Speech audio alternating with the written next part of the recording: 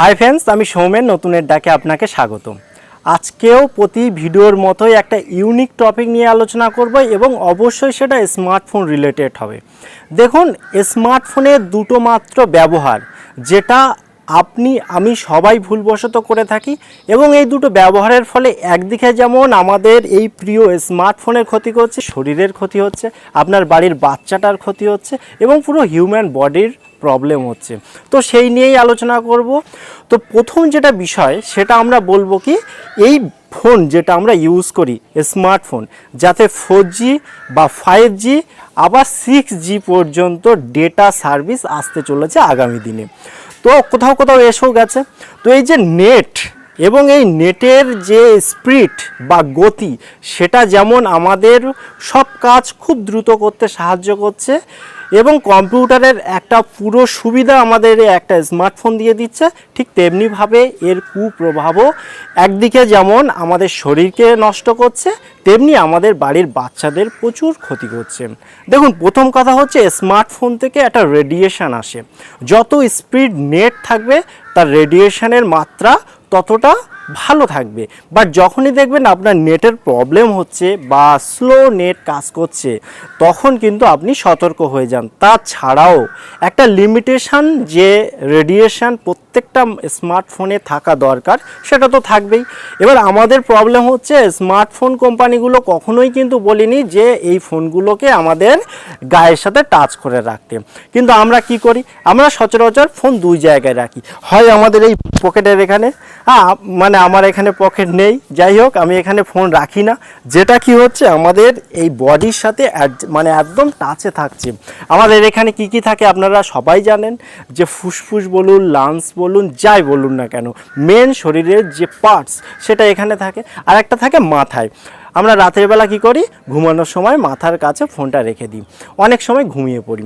আর কি করি, আমরা ট্রেনে, বাসে বা বাইকে যখনই যাই না কেন, আমাদের এই পকেটে ফোনটা রেখে দিই, যেটাও আমাদের শরীরের কাছাকাছি আসছে।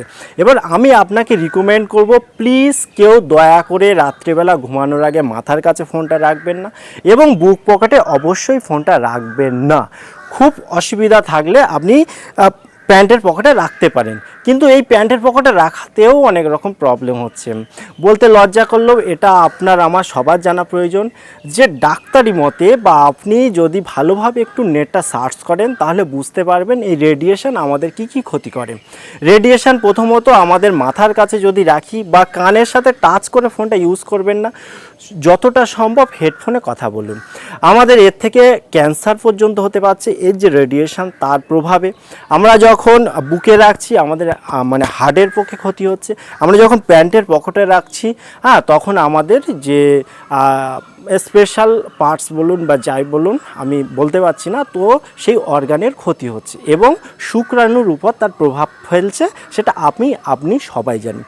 আর তাই আপনারা একটু সতর্ক হয়ে কাজটা করবেন। আর যে বিষয়টা বলবো সেটা হচ্ছে ফোনের ব্যবহার। দেখুন, এই ফোনটা আমরা না অনেক সময় এই প্যান্টের পকেটে এরকমভাবে রাখি, এরকমভাবে চাপ হয়ে থাকে।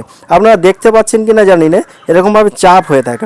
আমরা যখন ট্রেনে বসে যাই, পাশাপাশি 4-5 জন গ্যাদারিং করি বা দাঁড়িয়ে থাকলেও গ্যাদারিং করি, তখনও কিন্তু ফোনের উপরে প্রচণ্ড প্রেশার পড়ে। এবং আমরা যখন মোটরসাইকেলে যাই, তখনও কিন্তু তার উপরে প্রেশার পড়ে।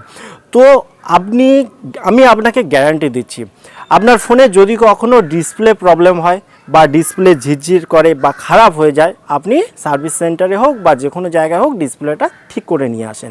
কিন্তু আপনি ম্যাক্সিমাম ক্ষেত্রে শুনবেন যে 90% ক্ষেত্রে চাপ লাগার ফলে বা প্রেশার ফলে, ফোনের উপর যে প্রেশারটা আসছে, সেই প্রেশারের ফলেই ডিসপ্লেটা খারাপ হচ্ছে। ওই জন্য আপনাকে রিকমেন্ড করব যে আপনি এই বুক পকেটে, প্যান্টের পকেটে না রেখে আপনি এরকম ধরনের আমার মতো একটা ছোট্ট ব্যাগ ইউজ করতে পারেন। এটা স্টাইলিশও হবে। আবার আপনারা যারা মোটরসাইকেলে যাত্রা করেন বা ট্রেনে যাত্রা করেন, তাদের ক্ষেত্রে তো খুবই উপকারী হয়।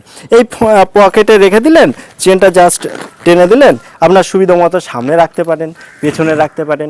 এক্ষেত্রে কি হচ্ছে, প্রথমত এতে থাকার ফলে আপনার ফোনটা সেফটি থাকছে, দ্বিতীয়ত আপনার শরীরের সাথে অ্যাডজাস্টমেন্ট কম হচ্ছে, মানে টাচে কম থাকছে, যার ফলে রেডিয়েশনের মাত্রাটা কম লাগছে এবং আপনার অন্য প্রয়োজনীয় যে সমস্যাগুলো সেইগুলো থাকছে না। আর অবশ্যই আমি শেষ পর্যন্ত পর্যন্ত মানে ভিডিও শেষের আগে বলবো, বাচ্চাদেরকে কখনোই ফোন ব্যবহার করতে দেবেন না, বিশেষ করে যে দ্রুত নেট সম্পূর্ণ ফোনগুলো, স্মার্টফোনগুলো। ওদের গেম খেলার প্রয়োজন হচ্ছে, কোনো ব্যাপার না, আপনি একটা ভিডিও গেম কিনে দিতে পারেন। ভিডিও গেমে অনেক রকম ভিডিও গেম কিনতে পাওয়া যায়, যেগুলো বাচ্চার কোনো ক্ষতি করবে না।